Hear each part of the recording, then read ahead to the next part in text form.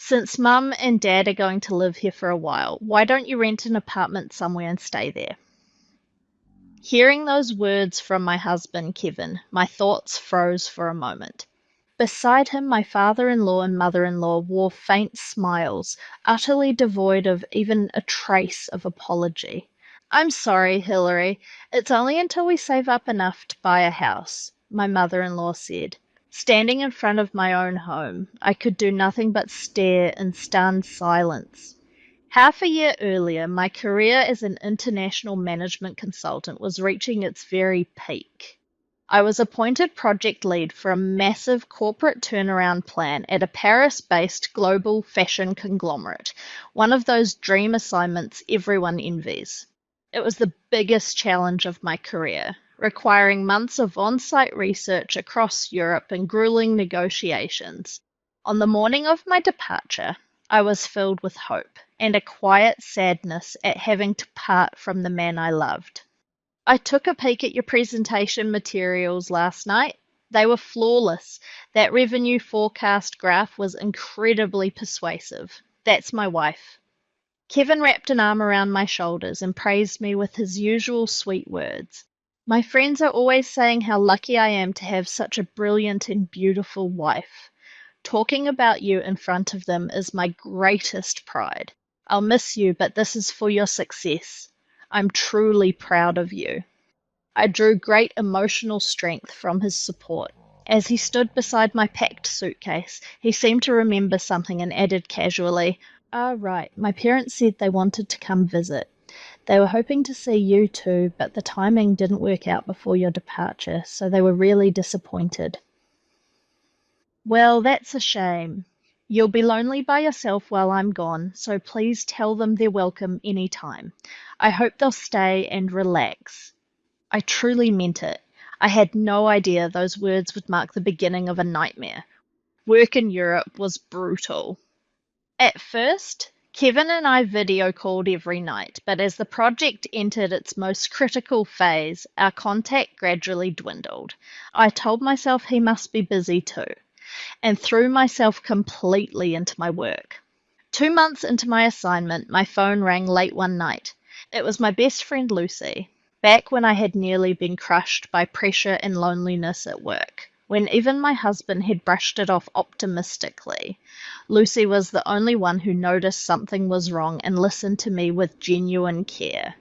Since then, she has become an irreplaceable emotional anchor in my life. Her voice on the other end of the line was unusually grave.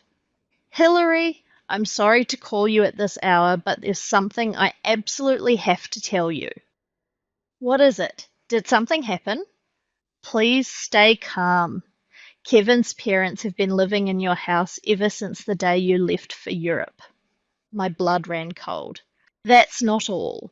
For about the past month, every weekend your house has basically turned into a neighborhood social club." What she described went far beyond anything I could have imagined. Apparently last weekend was the worst. Until 2 in the morning, blaring 80s rock music echoed through the neighborhood, accompanied by the drunken shouting of partygoers. The next morning, the lawn I had lovingly cared for was littered with pizza boxes, empty beer cans, and cigarette butts. The antique rose garden you always said was your treasure. It's been completely trampled by drunk guests. There's nothing left of it. The leftover trash from their barbecues wasn't even sorted. It's just been left out, attracting crows and reeking horribly. Complaints are pouring in from all over the neighborhood. She also told me that my in-laws were going around shamelessly saying, "This is our son's house, so we can use it however we like." I talked to Kevin so many times, but he just told me I was being too sensitive. Like I was the bad guy. I really hated having to tell you this, but I couldn't stand watching your home be destroyed while you're away anymore. Lucy's words trembled with sadness and anger. As soon as we hung up, I called Kevin. The ringing sounded unbearably long and hollow as it echoed through my hotel room. After several rings, the call finally connected, but instead of the voice of the husband I had been longing to hear, I was met with an irritated, low tone as if he'd picked up an unwanted sales call. Hello, Hillary? I'm busy right now. Kevin, I need to talk to you. Lucy called me. She said the house is in terrible shape. I rushed through everything Lucy had told me, the destroyed yard, the flood of complaints from the neighbors. My voice trembled with anger and anxiety. But on the other end of the line, he was silent. After several seconds, he let out a long, heavy sigh and then said something I couldn't believe. Oh, that? Lucy's exaggerating. Doesn't she stick her nose into other people's business a bit too much? I mean, my parents are just enjoying themselves with a few friends. I've been lonely while you're gone too, you know. Having them around really helps me out. Just enjoying themselves? This is not that kind of situation. He scoffed at my desperate protest. All right, I get it. I've got an important dinner with a client now. I don't want to waste time on something so trivial. We'll talk later. Beep, beep, beep. The call was cut off, unilaterally. I stood there frozen in place, my fingers clenched tightly around my smartphone. The anger passed quickly, replaced by a sensation as if all the strength were draining from my body. After that, I tried calling him again and again, but he never picked up. The line went straight to voicemail every time. I'm begging you, Kevin, please listen to me. I texted him. The message was marked read almost immediately, but no reply ever came. Why? Why would Kevin, the man who used to whisper that he loved me, treat me like this? As my thoughts spiraled in confusion, one explanation surfaced. It's not his decision, it has to be his parents. They must have poisoned his mind, speaking badly about me, manipulating him behind the scenes. Otherwise, there was no way to explain how the gentle, loving man I knew could behave like this. The next day, I couldn't put my phone down even while working. I kept waiting for a message from Kevin, but the merciless silence finally made me understand. This was his clear rejection. Whether he was being controlled or had chosen to betray me himself, I didn't know, but I no longer had the luxury of waiting. After work, I called my trusted supervisor. There's been a family emergency. I'm very sorry, but I need to return to the US immediately. Sensing the gravity in my voice, he replied without hesitation. I can tell just from hearing you that this isn't something minor. You can explain the details later. Don't worry about the project. I'll handle the team and give them proper instructions. Focus on yourself and get ready to go home right away. Back in my hotel room, I stuffed my belongings into my suitcase like a madwoman. I boarded the earliest flight I could arrange that very night and headed back home. In the taxi to the airport, my mind grew eerily calm as I began preparing for the worst. I took out my phone and made an international call to the lawyer who had previously helped me with the property contract for my house. I briefly explained the situation and asked him to prepare a certified copy of the deed. I would stop by his office the next day. He immediately grasped the seriousness of the situation. Understood. I'll have everything ready, he said. The following afternoon, after landing at my local airport, the first place I went was not my home, but the lawyer's office downtown. After receiving the clear folder containing the prepared documents, I got straight into a taxi and headed toward the house I knew so well. When I stepped out of the taxi, the sight before me made my heart sink. The garden was mercilessly trampled, and ugly stains marred the fence. Everything Lucy had told me was true.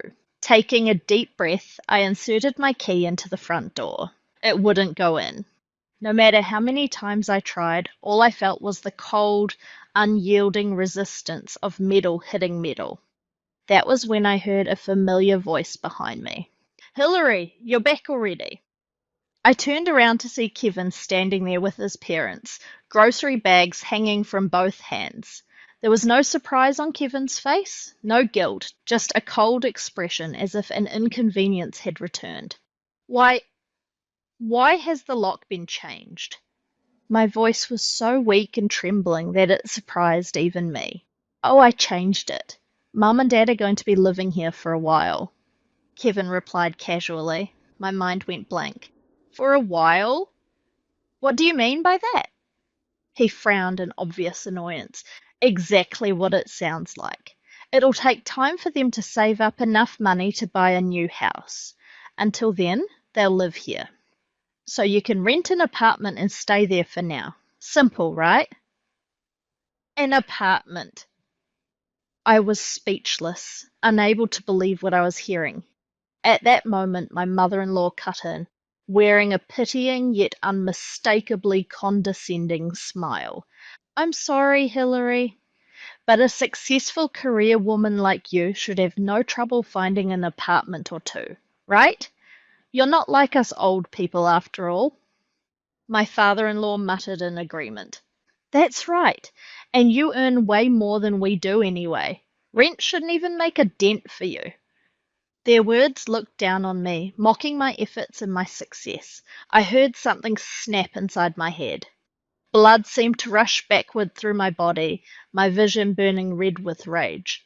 The urge to scream every insult I could think of straight into their faces surged through me, but I swallowed it down, clenching my back teeth as hard as I could. If I lost control, I would only be dismissed as a hysterical wife. There was only one way to remove these foolish, brazen three, effectively and legally. Lowering my head, I spoke in a thin voice as if admitting defeat. All right, I'll do as you say. The moment those words left my mouth, the three of them turned their backs on me with triumphant expressions. Finally she gets it, that was easy, and swaggered toward my front door as if it already belonged to them. I was waiting for that exact moment. The instant they stepped into the entryway. Quietly, I slipped my smartphone out of my coat pocket. The cold, smooth surface of the screen felt as though it were cooling the flames of rage burning inside me. In a calm, steady voice, I said, Yes, police, my home is being illegally occupied. My mother-in-law heard me. Just as she was about to step fully inside, she froze mid-motion. Then she spun around and shrieked hysterically. Wait a minute! Startled, Kevin and my father-in-law turned around as well. Hilary, what are you talking about? Who are you calling? Kevin rushed toward me. I didn't budge an inch. Speaking calmly into the phone, I continued, Yes, the address is... I completely ignored him and clearly gave the operator my home address. In that instant, the colour drained from Kevin's face. My mother-in-law let out a piercing scream. You wouldn't dare. Are you calling the police? What do you think you're doing? She lunged toward me, but my father-in-law hurriedly grabbed her arm and held her back. Hilary, stop it. Hang up the phone right now. Kevin snarled as he closed in on me, his voice low and animalistic. He reached out to snatch my phone. I took a single step back and calmly dodged his arm. Operator, can you hear me? One of the perpetrators, my husband, is currently threatening me and attempting to interfere with this report. He is being extremely aggressive. Please send assistance immediately. That one calm sentence was the final blow. Kevin froze where he stood, as if turned to ice. On the other end of the line, I heard the operator say, Understood. Officers are being dispatched immediately. Please ensure your own safety. Thank you, I replied and ended the call. Are you insane, Hilary? Are you trying to destroy our relationship, our family? Kevin shouted, his face twisted with rage. Family! You, the man who tried to throw me out of my own home and told me to rent an apartment, have the nerve to say that. The ones who aren't sane here are you. I told him clearly. Call them back and cancel it. Now! He yelled, his face contorted with fury. Are you really going to ruin our lives? Our marriage? It's too late. The report has been officially filed. This is no longer a personal matter. It's a legal one. I let his rage wash over me without flinching. At that point, my mother-in-law, who had been panicking moments before, approached me with a tearful expression. Hilary, please, think about this. Kevin is just upset right now, that's all. We're family, aren't we? If this turns into a police matter, We won't be able to show our faces in society. That's right, my father-in-law added in a sympathetic tone. Let's all go inside and talk calmly. We admit we may have gone too far with the lock, so if the police arrive, we can just say it was a simple marital argument. On the surface, their words sounded conciliatory, but in truth, they were nothing more than a demand that I lie, for their own self-preservation. Despite their claims of regret, what I saw in their eyes was pure fear. Fear that their plan was collapsing. In the end, they were still firmly on their son's side. The discussion is over, I said, staring straight at all three of them. It ended the moment you tried to drive me out of my own home. And what you're asking for now isn't reconciliation. You're just trying to use me to erase your crimes. All three fell silent. That was when it happened. From the distance, the faint wail of sirens broke through the heavy silence between us. As the sound grew louder, the red fury drained from Kevin's face, and my in-laws turned a sickly shade of pale. 2 police cars pulled up in front of the house. 4 officers, 2 from each car, stepped out. Leading them was an older officer, calm and composed, clearly a seasoned veteran. "Which one of you called the police?" the older officer asked. I stepped forward. "I did." Immediately, Kevin erupted. "Listen, this is just a marital dispute. My wife just came back from a long business trip and is a bit emotional. I changed the locks because I heard there have been burglaries in this area recently. I was only trying to protect the house." His mother quickly jumped in with tears, attempting the same tactic. "Yes, officer, we were only trying to help while our son was away." Their transparent lies and performances barely stirred any emotion in me anymore. I quietly waited for their charade to end, then addressed the older officer. "There's a document I'd like you to verify." I pulled a clear folder from my bag and handed the certified copy of the deed to the officer. He carefully traced the owner's name with his finger. A younger officer peered over his shoulder.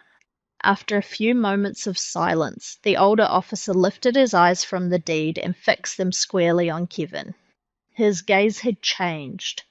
Not the look of someone mediating a marital argument, but the steely focus of a law enforcement officer confronting a suspect. "Sir, according to this document, Hillary is the rightful owner of this property. By changing the locks without her permission and preventing the owner from entering, you and these individuals are committing illegal occupation. This is a clear criminal act." "No, that's ridiculous," Kevin shouted. "She agreed. She said we could live here." "No," I said firmly. "The only permission I granted was for you to occasionally visit while I was away. I never consented to you living here for months or turning my home into a party venue." The officer nodded, then exchanged a glance with the younger officer, who produced a pair of handcuffs. At the metallic sound, Kevin's mother let out a short, sharp squeal. "You 3 are under arrest for trespassing."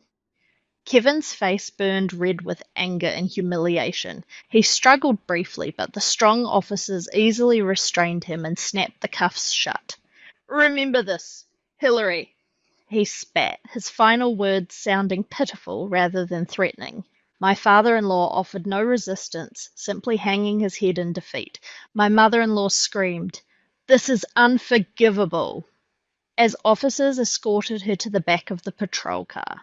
I simply watched, silently, as it all unfolded.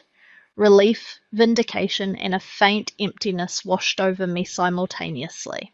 From the neighboring house, Lucy opened the door and rushed over, worry etched on her face. She hugged me gently. Supported by her, I crossed the threshold of my home for the first time in months. But the interior was no longer the home I knew. The living room walls had been repainted a cheap, unfamiliar beige. My beloved sofa was shoved into a corner, replaced by a massive, tasteless leather recliner. The carpet was stained in countless places, and the air was thick with the stale smell of beer mixed with the residue of someone else's living. That night, I stayed at Lucy's house and immediately called a 24-hour locksmith, scheduling them to arrive first thing in the morning. The next day, clutching a new set of keys, I went straight to the city's most reputable law firm.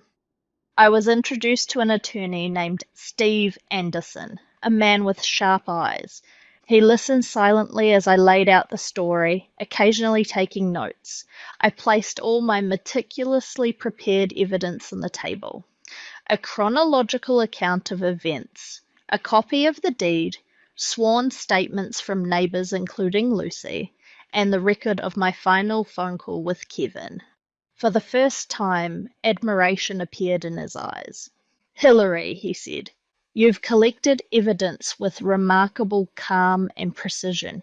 Most victims are consumed by anger and grief and cannot think clearly, but you are different.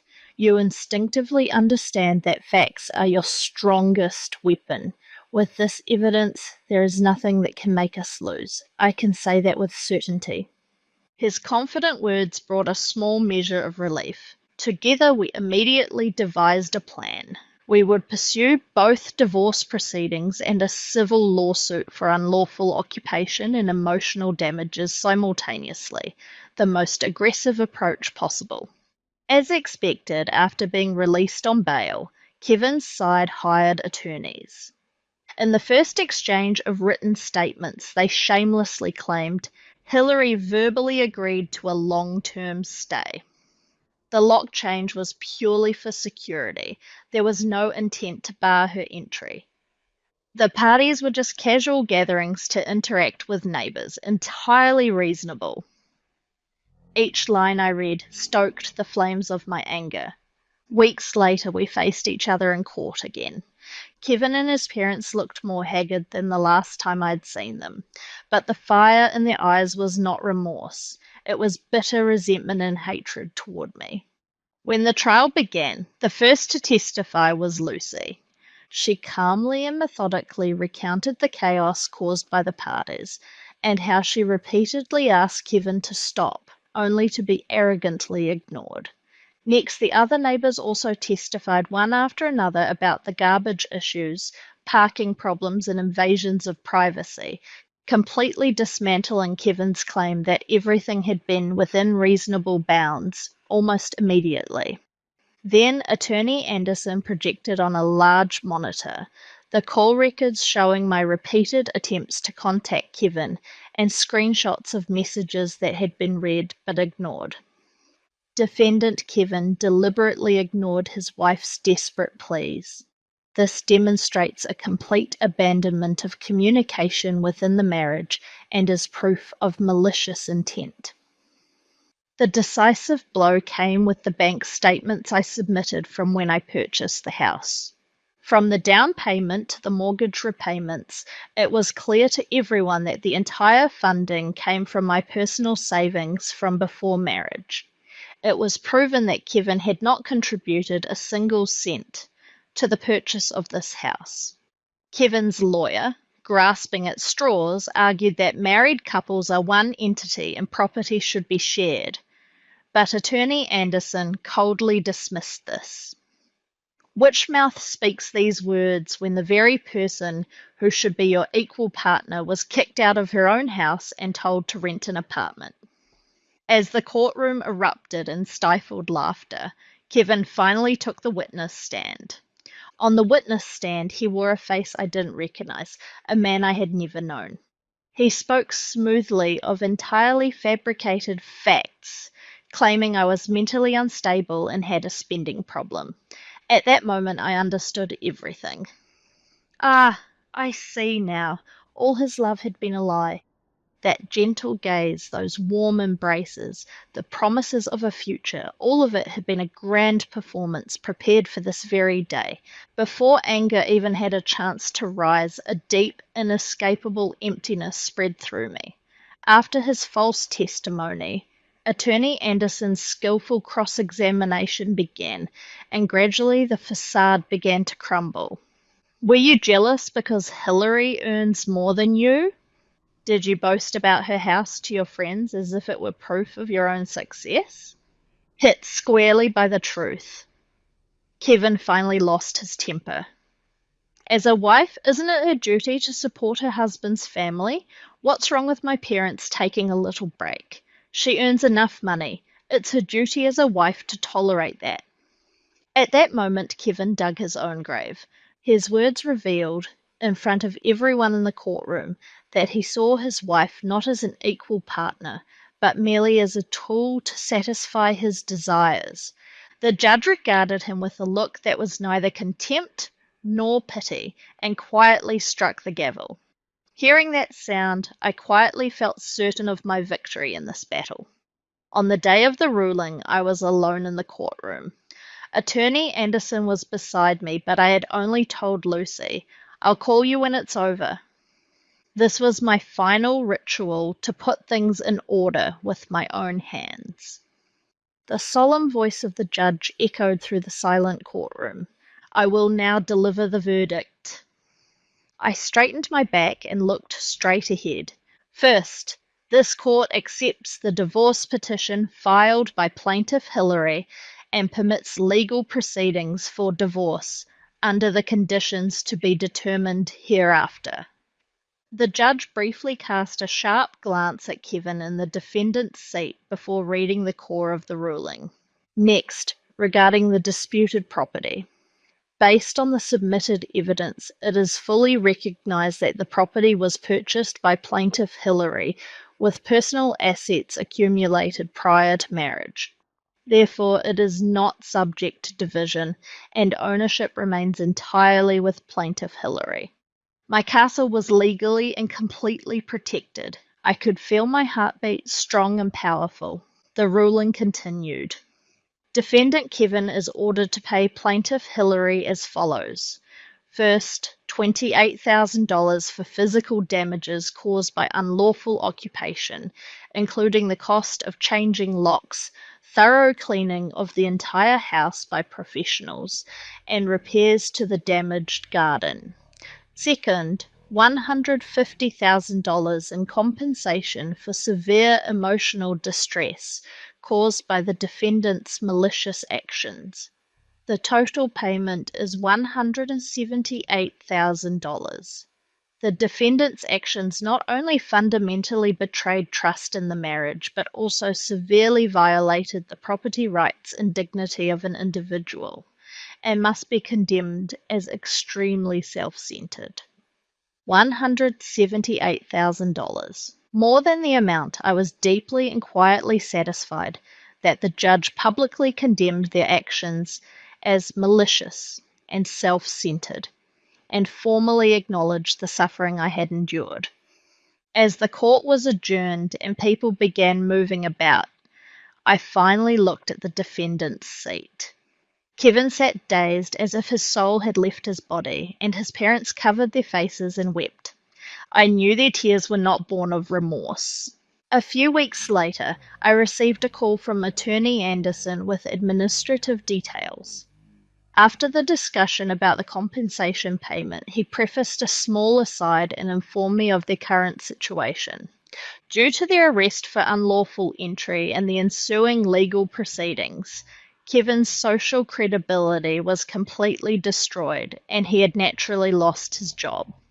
The burden of paying the large compensation fell heavily upon him, and even the few friends who had helped cover his bail had abandoned him. Their lives in a cheap apartment had become hell, and they spent every day shouting at each other, "It's your fault." This was the inevitable result they had brought upon themselves. Legally, the divorce would still take some time due to the state-mandated waiting period. However, for me, my new life began without waiting for such formalities, starting with remodeling my house. This was not mere renovation, but a way to erase all unpleasant traces left by Kevin and to decisively close the past. I repainted the walls in my favorite colors, placed the furniture I had always wanted, and planted beautiful roses in the garden. In this way, my sanctuary was truly reborn, and I regained a peaceful daily life where I could laugh with my closest friend. The words love and family can sometimes be used as a license to bind and hurt people. What truly matters is not bending oneself to someone else's values, but protecting one's own rights and dignity above all else with one's own hands. And a presence like Lucy, who stands by your pain and rejoices in your victory, even without blood ties, is what a true family really is.